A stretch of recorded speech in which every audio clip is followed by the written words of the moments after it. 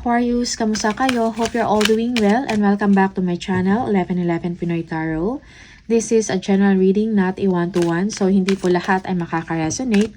However, you can check and watch your moon, rising, and Venus placements dahil minsan mas nakaka-resonate kayo doon and nakakakuha kayo ng mga dagdag na mensahe na para sa inyo.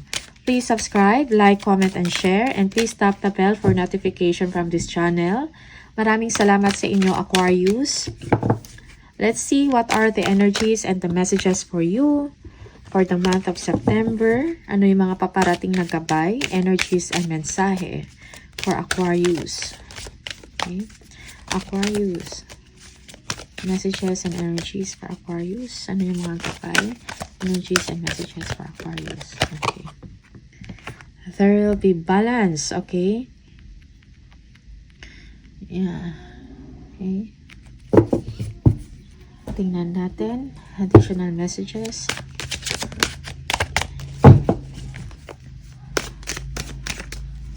There will be balance and harmony in your situation for the month of September. You will be finding peace, no? And kalma ang inyong buhay or ang inyong sitwasyon. For the month of September, pwedeng sa personal life nyo to, sa trabaho, sa career. Okay?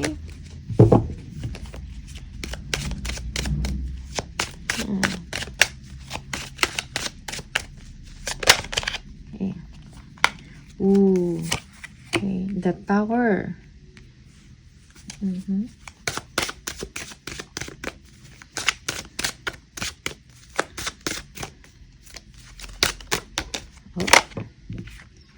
Okay. Yeah.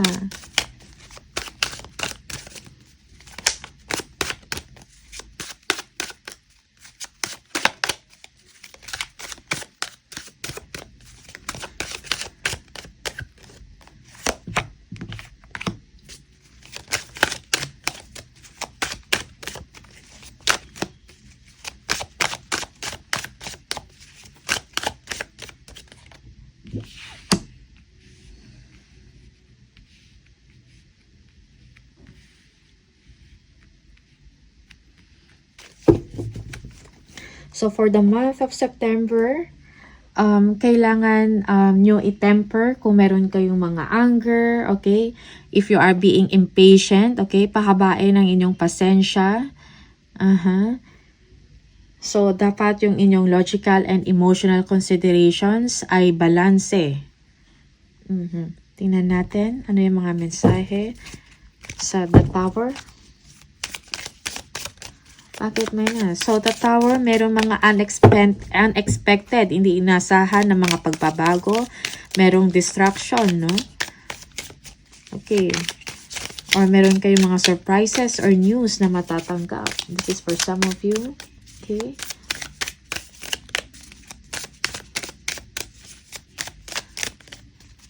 That is the Tower. The Sun. Wow. So, merong enlightenment na mangyayari sa inyong sitwasyon. Okay? This is something na maybe merong distraction sa inyong energy. Maybe this is a negative energy na kailangan mag-collapse because something new and better will come into your life, no? Better energy. There will be vitality. Okay? So, literal na there is light at the end of the tunnel for some of you. Okay, Aquarius. Okay, you will be, there will be happiness, no? Blissful joy that is well-earned and well-deserved for you. Okay? So, after some darkness or dark days, no? There will be enlightenment, kaliwanagan in your situation. Okay? Yeah, this is a period of abundance. Okay? Yeah. So, you will be sharing good times and abundance, no, with your loved ones and with your family. Yeah.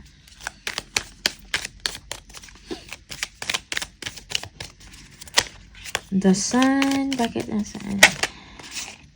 Okay. Yeah, Four of Pentacles. There will be improvements sa inyong sitwasyon. Most especially in your financial status or financial security. Okay? Yeah. Okay. Yeah, yung iba sa inyo, you will be holding on tight to your money and energies, but definitely there will be improvement, no, in your situation.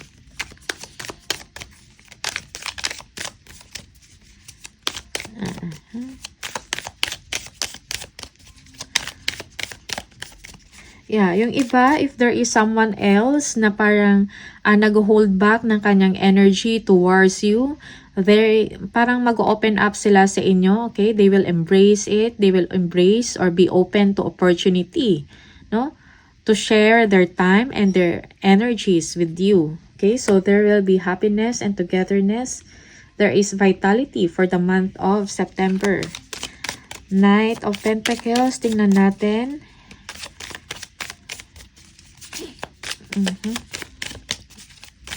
Yeah.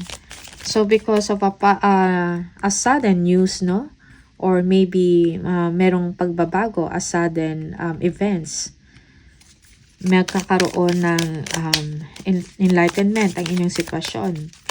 Okay? You will be feeling hopeful, no? So it's like brighter days will come para sa inyo. Knight of Pentacles. Tingnan natin. Ano itong Knight of Pentacles? Okay, the Death. Yeah. May mga kailangan kayong tapusin sa inyong sitwasyon. Maybe sa career to or project. Okay? Yeah. Yung iba sa inyo, you will be transforming your life to something better and brighter. Okay? Yeah. It is the ending of something unhealthy or hindi or toxic na situation or environment or a relationship, no?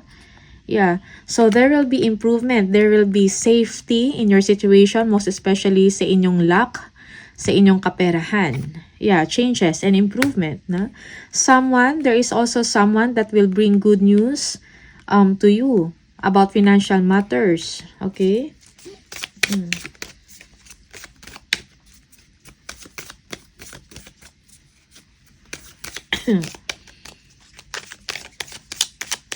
Okay, mayroong improvement sa inyong sitwasyon, mayroong kaliwanagan. Okay? An upgrade also. Yeah, Page of Pentacles, yes. As I have said, financial matters, there will be good news. Okay? Yeah. Wow. Good news. You will be looking forward sa future ninyo. Meron kayong mga, may mga prospects or what we call this, opportunities na pagkakakitaan, okay, mga ideas that will bring fortune or na magbibigay ng improvement pagdating sa inyong kaperahan, okay?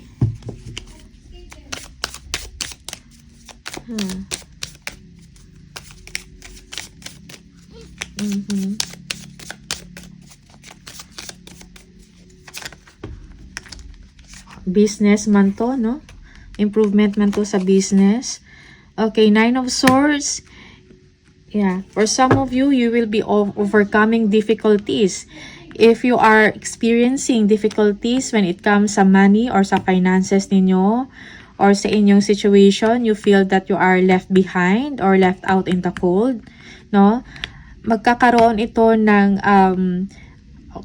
closing, kumbaga, pagtatapos. Okay?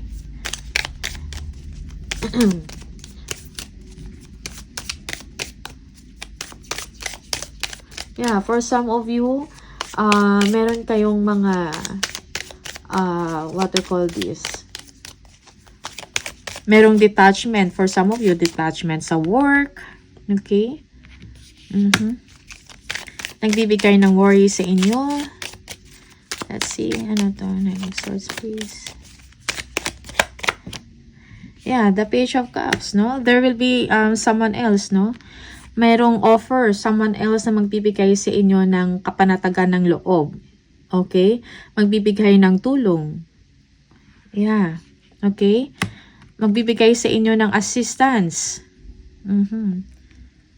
Kung ano man to, yung iniisip or wino-worry ninyo, maybe resources, money, or situation nyo na parang wala kayong nakikita na positivity or magandang solusyon.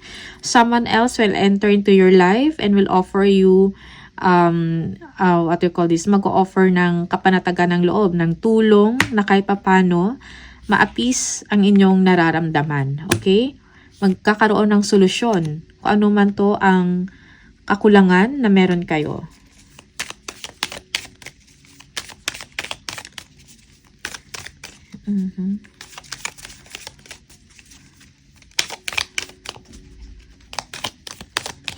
Okay. There will be a new beginning also, no? For you, na nakaabang, nakaabang. Yeah. So, 10 of Swords. Tingnan natin, ano tong 10 of Swords? Yeah, 4 of Cups. Okay.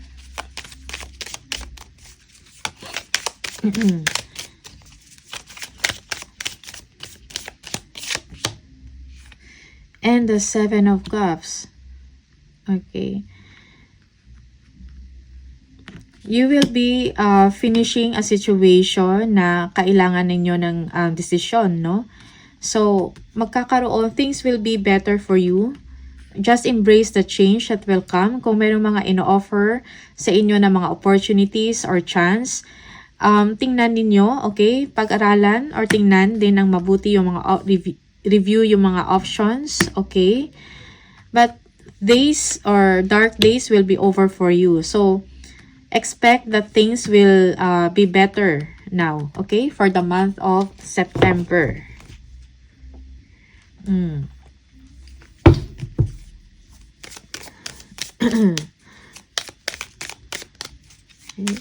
Yeah, yung iba sa inyo, may mga choices kayo na in mind na in mind. And I think kailangan nyo to bigyan ng pansin or bigyan ng attention, okay? And make a decision, make a choice also. So make wise or smart choices, no? Yeah. And you feel that you are burdened in that situation. So again, you have to clear your mind. Yeah.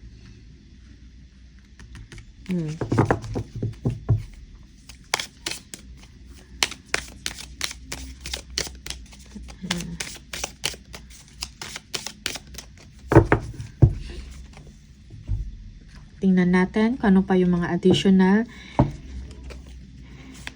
na mensahe for Aquarius. So, for the month of September, kailangan ng temperance, no? Ng balance sa inyong emosyon at saka sa inyong logical senses. Okay? So, there is something na magkaroon ng hope and happiness for you for the month of September. And at the same time, you will be making choices, smart or wise decision, no? In your situation. Someone or you will be getting an offer and you will be, parang pag-iisipan mo yun ng mabuti. Okay? But this denotes the 10 of Swords that everything or things will be better now for you, Aquarius. You just have to make smart or wise choices, no? You need to make a decision. Do not procrastinate. Okay? Or do not waste time. Yeah. Yeah, for some of you, you are too much in your head. Madami kayong iniisip. Okay, parang hindi kayo makafocus sa isang bagay, no? Yeah. So take your time and at the same time, take your time para makagawa kayo ng desisyon. Tag-isipan ng mabuti. So balance is needed in your situation for the month of September. Okay. Balance and harmony. Ayan. Kung meron man anxiety, okay, or sadness in your situation, that will be over, no?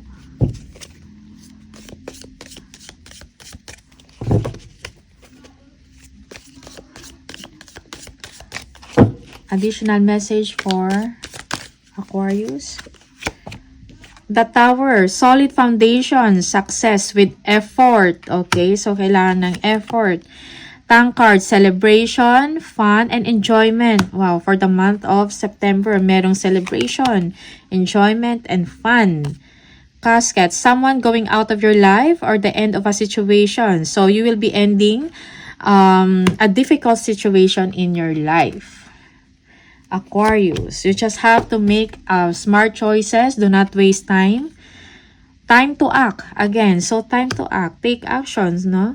So, kung lagi kang nasa isip mo, but then, you're not taking also action, then, most likely, you will be procrastinating or wasting time. Okay, tingnan natin. Ano pa yung mga additional na message for you from the angels or spirit messages, please, for Aquarius. Spirit messages for Aquarius. Where you are right now is where you are supposed to be. Don't compare yourself to others. That only adds pressure. Take each day as it comes and for what it is. You are a better person than you were yesterday. Growth isn't easy, but you've got this. Okay? Merong isa. Never allow yourself to be taken for granted. It is better to remove yourself from the situation than to be treated less than you deserve. You are precious. You are worthy. Okay? Additional message. Again. Isa pa for Aquarius.